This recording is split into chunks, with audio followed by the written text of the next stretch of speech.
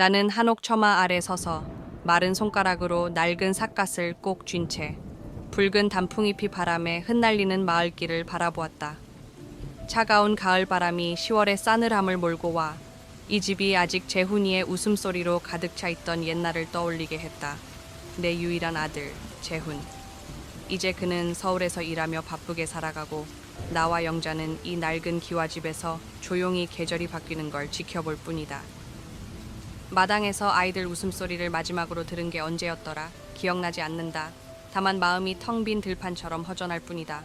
오늘은 조금 다르다. 이른 아침 재훈에게서 전화가 왔다. 거친 전화선 너머로 급한 목소리가 들려왔다.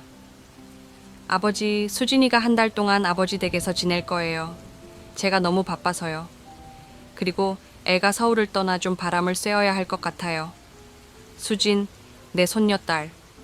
명절에 몇 번 본 게 전부라 기억이 흐릿하다. 어릴 땐 할아버지 하고 반갑게 뛰어오곤 했는데 이제 16이 됐다. 그 나이에 나는 무슨 말을 해야 할까? 나는 재훈에게 대답했다. 그래, 보내라. 하지만 전화를 끊고 나니 마음이 불안했다. 서울에서 자란 애가 이 한적한 시골을 견딜 수 있을까? 혹시 무료하고 답답해서 나를 시대에 뒤떨어진 노인네로 여기면 어쩌지? 점심이 지나도록 나는 대문 앞에 서서 길 끝을 바라보았다. 영자는 집 안에서 분주했다.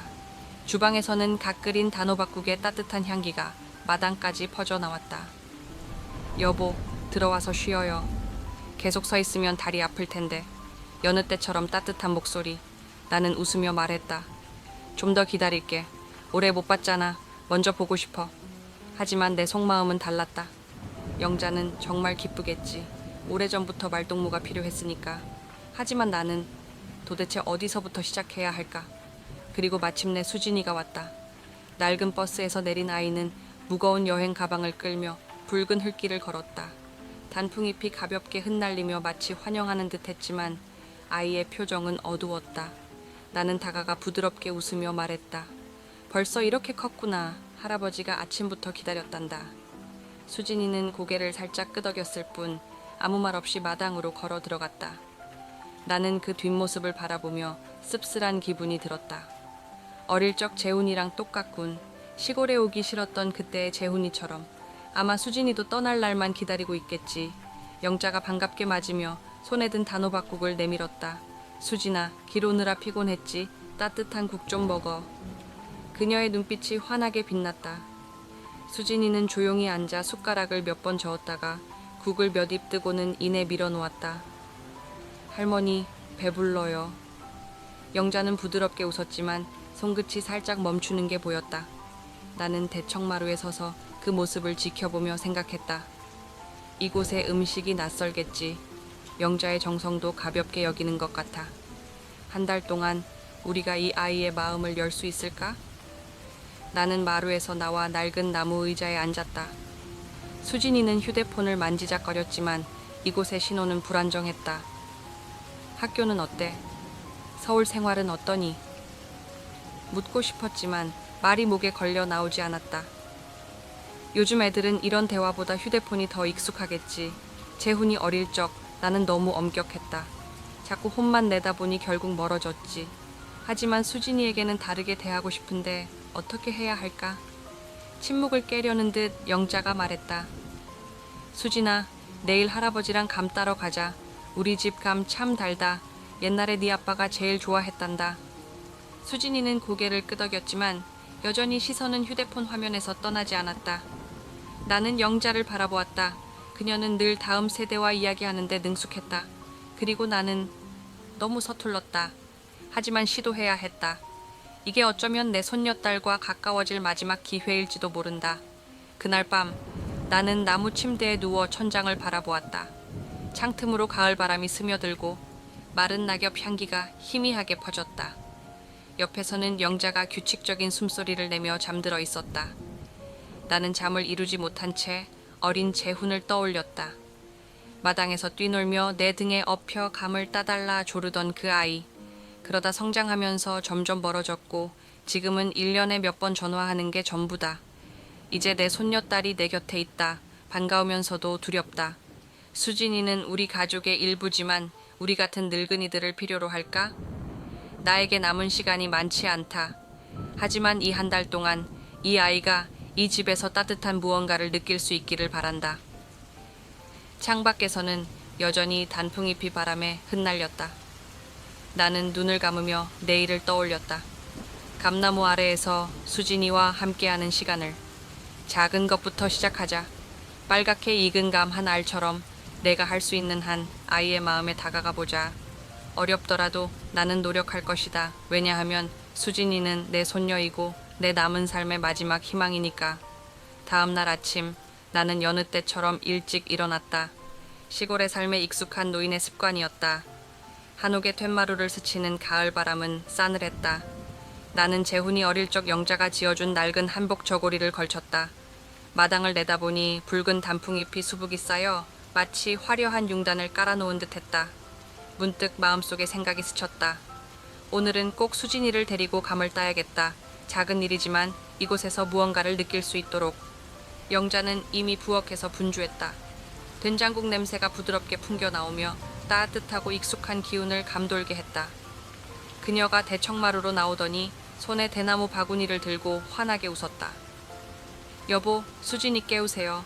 아침 공기가 상쾌하니 감 따러 가기 딱 좋아요. 나는 고개를 끄덕였지만 속으로 망설였다. 어떻게 깨울까?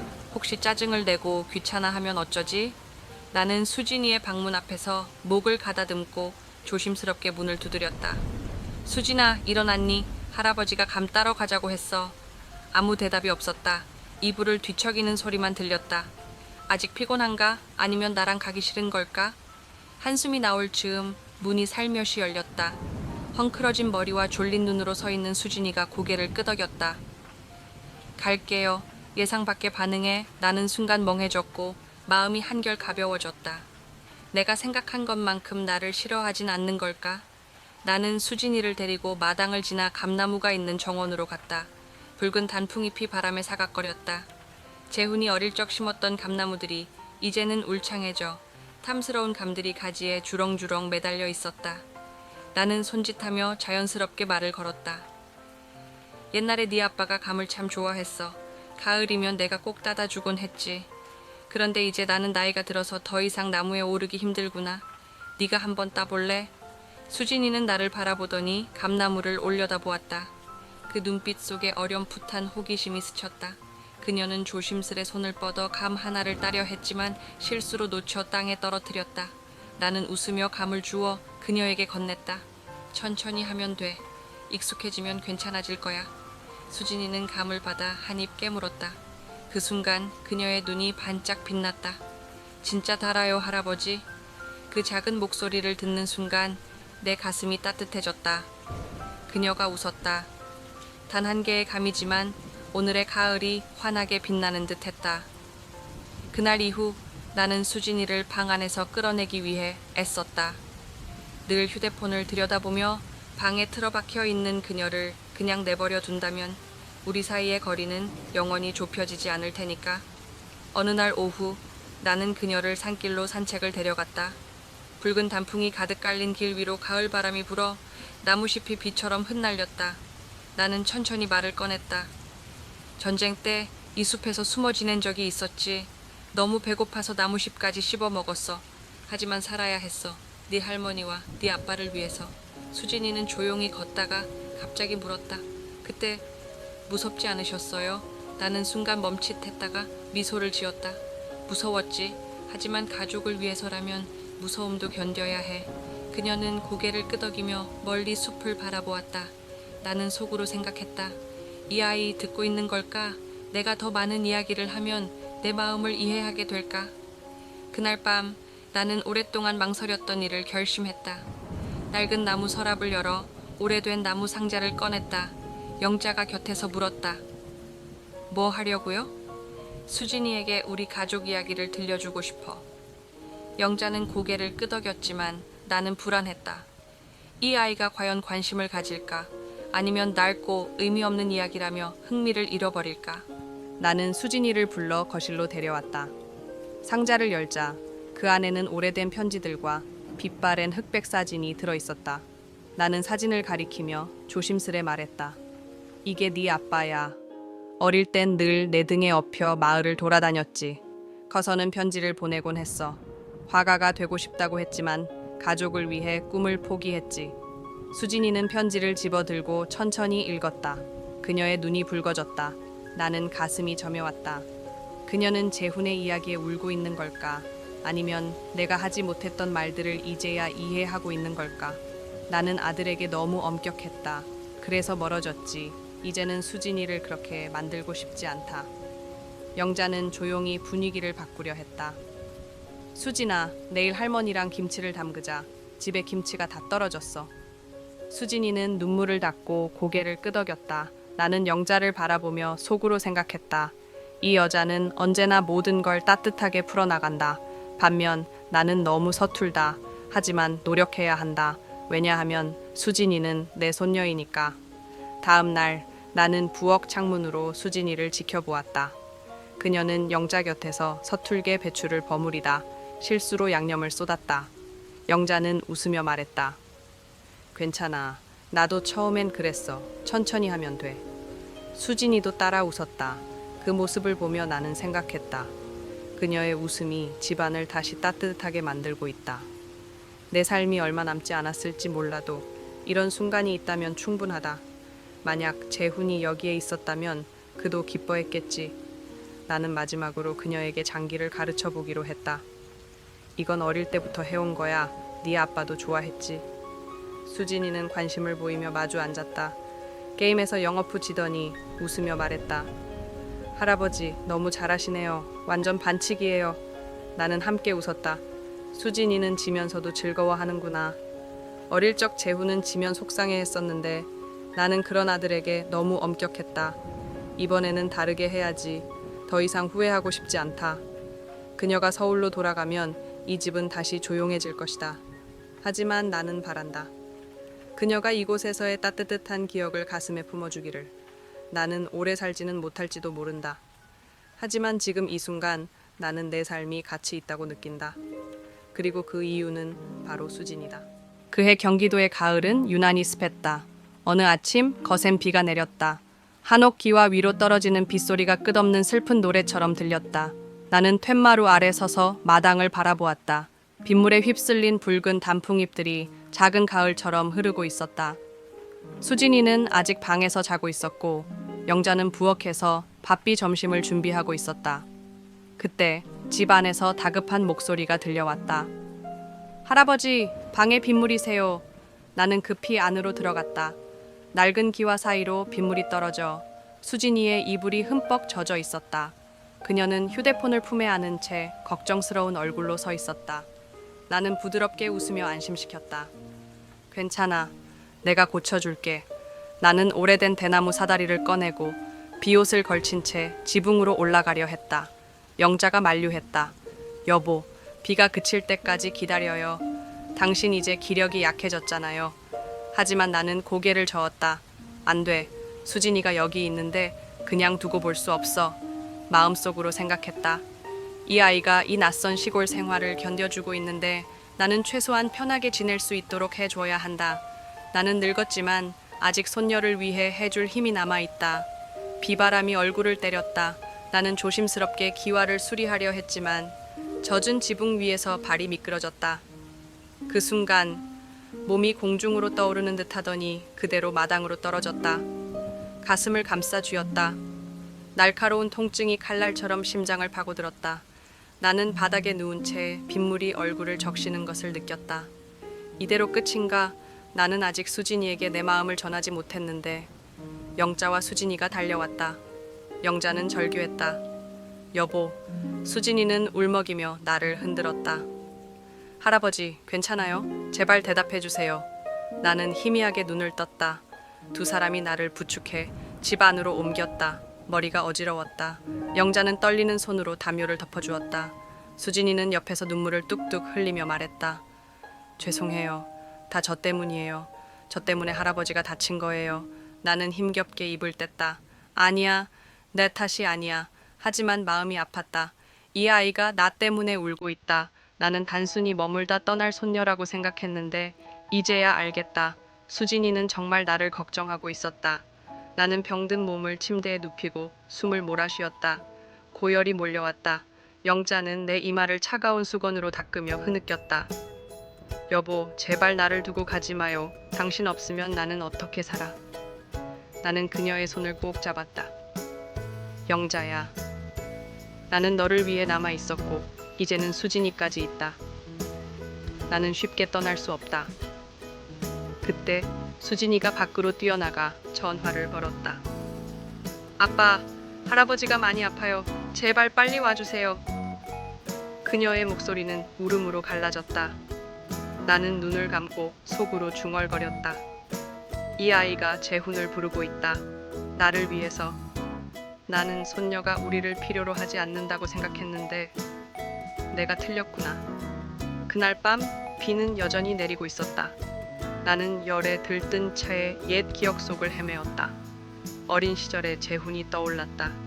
나는 항상 그에게 엄격했다. 사소한 장난에도 꾸짖었고 결국 그는 내게서 멀어졌다. 몇 년에 한 번 전화 오는 것이 전부였다. 나는 후회했다. 내가 좀 더 다정했다면 재훈은 나를 떠나지 않았을까?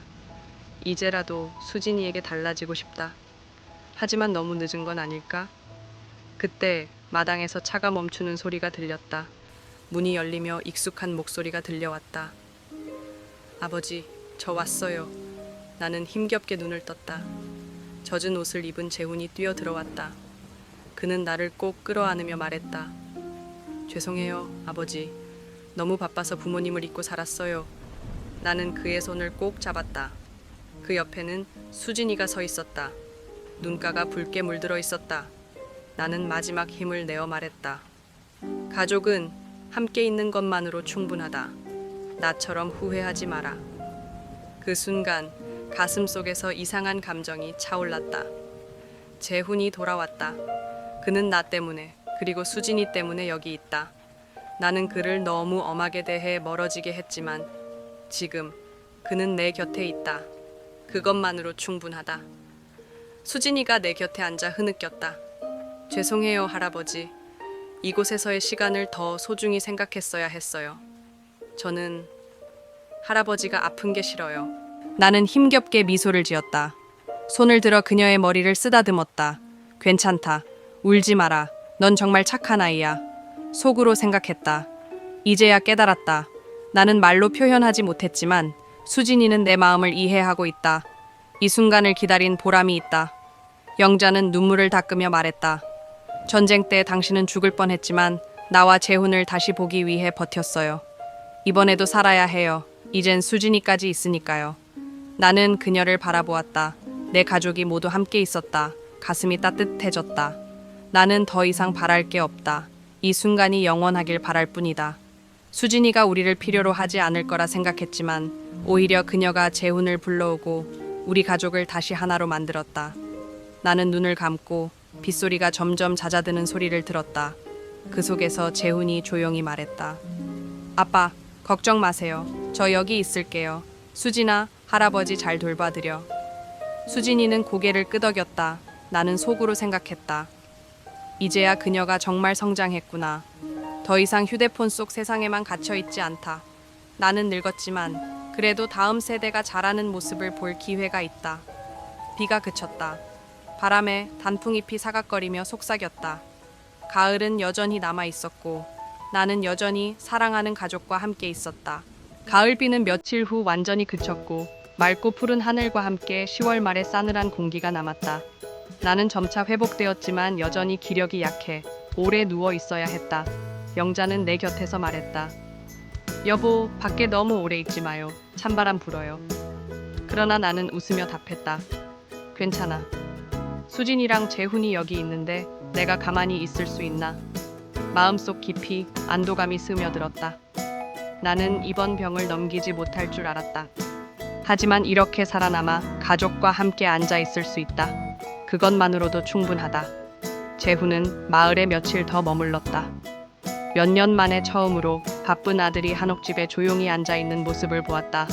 휴대폰을 붙잡고 서둘러 나가는 대신 그는 영자를 도와 밥을 짓고 수진이는 부지런히 장작을 모아 불을 피웠다. 어느 점심 온 가족이 함께 둘러앉아 식사를 했다. 영자는 직접 담근 고추장과 산나물로 비빔밥을 만들었다. 수진이는 계란지단 한 조각을 집어 내 밥그릇에 올려주며 말했다. 할아버지, 많이 드시고 얼른 나으세요. 나는 젓가락을 든 채로 멈춰섰다. 마음이 따뜻해졌다. 그녀가 내 밥을 챙겨주다니 옛날 재훈이가 그랬던 것처럼. 나는 다시는 이런 순간을 경험할 수 없을 거라 생각했지만 지금 이곳에서 다시 느끼고 있다. 재훈은 나를 바라보며 조용히 말했다. 아버지, 앞으로 자주 내려올게요. 너무 오랫동안 부모님을 외롭게 두었어요. 죄송해요. 나는 아무 말 없이 고개를 끄덕였다. 속으로 생각했다. 그가 그렇게 말하니 나는 믿는다. 나는 너무 엄격했고 그래서 멀어졌지만 이제 그는 돌아왔다. 그것만으로도 충분하다. 제발 이번에는 그의 말이 지켜지기를 바랄 뿐이다. 이 집이 다시는 텅 비지 않도록. 영자는 부드럽게 미소 지었다. 그 눈빛에는 기쁨이 서려 있었다. 너희 둘이 여기 있으니 나는 정말 행복하구나. 나는 그녀를 바라보았다. 그 기쁨은 나 역시도 느끼고 있었다. 비록 표현하는 것이 서툴지만 수진이가 서울로 돌아가기 전날 나는 마당으로 그녀를 불렀다. 수진아, 우리 함께 단풍나무를 심자. 이 나무가 자라면 가을마다 너를 기다릴 수 있게. 수진이는 놀란 눈으로 나를 바라보다가 이내 웃으며 창고로 달려가 작은 삽을 가져왔다. 나는 지팡이를 짚고 서서 그녀가 땅을 파는 모습을 지켜보았다. 손놀림은 서툴렀지만 그 안에는 생기가 넘쳤다. 붉은 단풍잎이 바람에 흩날렸다. 나는 나무 묘목을 땅에 심는 그녀를 도왔다. 뿌리를 감싸듯 흙을 덮으며 그녀는 환하게 웃었다. 할아버지, 이 나무가 크는 걸 보러 올게요. 잘 키워주세요. 나는 미소 지으며 답했다. 그럼 이 나무는 너와 나의 약속이다. 내가 너를 돌보듯 이 나무도 잘 가꿀 거야. 내 마음속에서 작은 희망이 움트기 시작했다. 이 나무는 그녀와의 약속이다. 나는 살아야 한다. 이 나무가 자라는 것을 보기 위해, 그리고 그녀가 다시 돌아오는 날을 기다리기 위해. 수진이가 떠나는 날 나는 영자와 함께 대문 앞에서 서 있었다. 그녀는 여행 가방을 끌며 버스로 향했다. 그러다 갑자기 돌아서서 영자를 꼭 끌어안았다. 그리고 내게 다가와 예상치 못한 행동을 했다. 그녀는 나를 힘껏 껴안았다. 할아버지, 건강하세요. 저 자주 연락할게요. 나는 손으로 그녀의 등을 두드렸다. 눈가가 뜨거워졌지만 입에서는 단 한마디밖에 나오지 않았다. 그래, 착한 아이구나. 버스가 천천히 출발하며 붉은 단풍길을 따라 사라졌다. 나는 그 자리에 서서 생각했다. 그녀는 떠났다. 하지만 이번에는 두렵지 않다. 이제는 그녀가 내 마음을 이해한다는 것을 알기에, 그리고 언젠가 다시 돌아올 것이라는 것도 안다. 몇 주 후 나는 서울에서 한 통의 편지를 받았다. 영자가 봉투를 열었다. 그 안에는 한 장의 그림이 있었다. 그녀가 그린 그림이었다. 단풍이 드리운 한옥집, 마당에서 나와 영자가 서 있고 그 옆에는 감을 들고 웃고 있는 수진이. 그 아래 짧은 글이 적혀 있었다. 할아버지, 할머니, 덕분에 너무 아름다운 가을을 보냈어요. 곧 다시 찾아뵐게요. 영자가 그림을 보며 말했다. 이 아이 참 그림을 잘 그리네. 그렇죠? 나는 그림을 손에 들었다. 손이 떨렸다. 눈이 희미해졌다. 그녀가 우리를 기억하고 있다. 이 집을, 이 가을을, 그리고 나를. 나는 그림을 작은 재단 위에 올려놓았다. 그 옆에는 어린 시절 재훈의 사진이 놓여 있었다. 그날 저녁 나는 툇마루에 앉아 있었다. 어린 단풍나무가 바람에 흔들리고 있었다. 영자는 내 곁에서 수진이와 함께한 나날을 이야기했다. 나는 조용히 듣고 있었다. 마음이 평온했다. 나는 이제 오래 살지 못할 수도 있다. 그러나 가장 의미 있는 시간을 가졌다. 수진이는 재훈을 다시 집으로 데려왔다. 우리 집에 다시 웃음이 피어나게 했다. 나는 말주변이 없지만 그녀에게 한마디만 전하고 싶다. 수진아, 너는 할아버지의 가장 큰 기쁨이었다. 어느 늦가을 오후 나는 정원으로 나가 단풍나무에 물을 주었다. 붉은 잎들이 바람에 나부꼈다. 가을이 마지막 인사를 건네듯이 나는 눈을 감고 지난 세월을 떠올렸다. 재훈을 향한 아쉬움, 가족을 지키기 위한 평생의 노력, 그리고 수진이에게 받은 새로운 희망. 나는 평생 가족을 지키기 위해 살아왔다. 그리고 이제야 알겠다. 그것이 결코 헛된 일이 아니었다는 것을. 언젠가 나는 떠날 것이다. 하지만 이 나무는 자랄 것이다. 내가 남긴 사랑처럼 다음 세대에게 전해질 것이다. 영원히 이곳에서.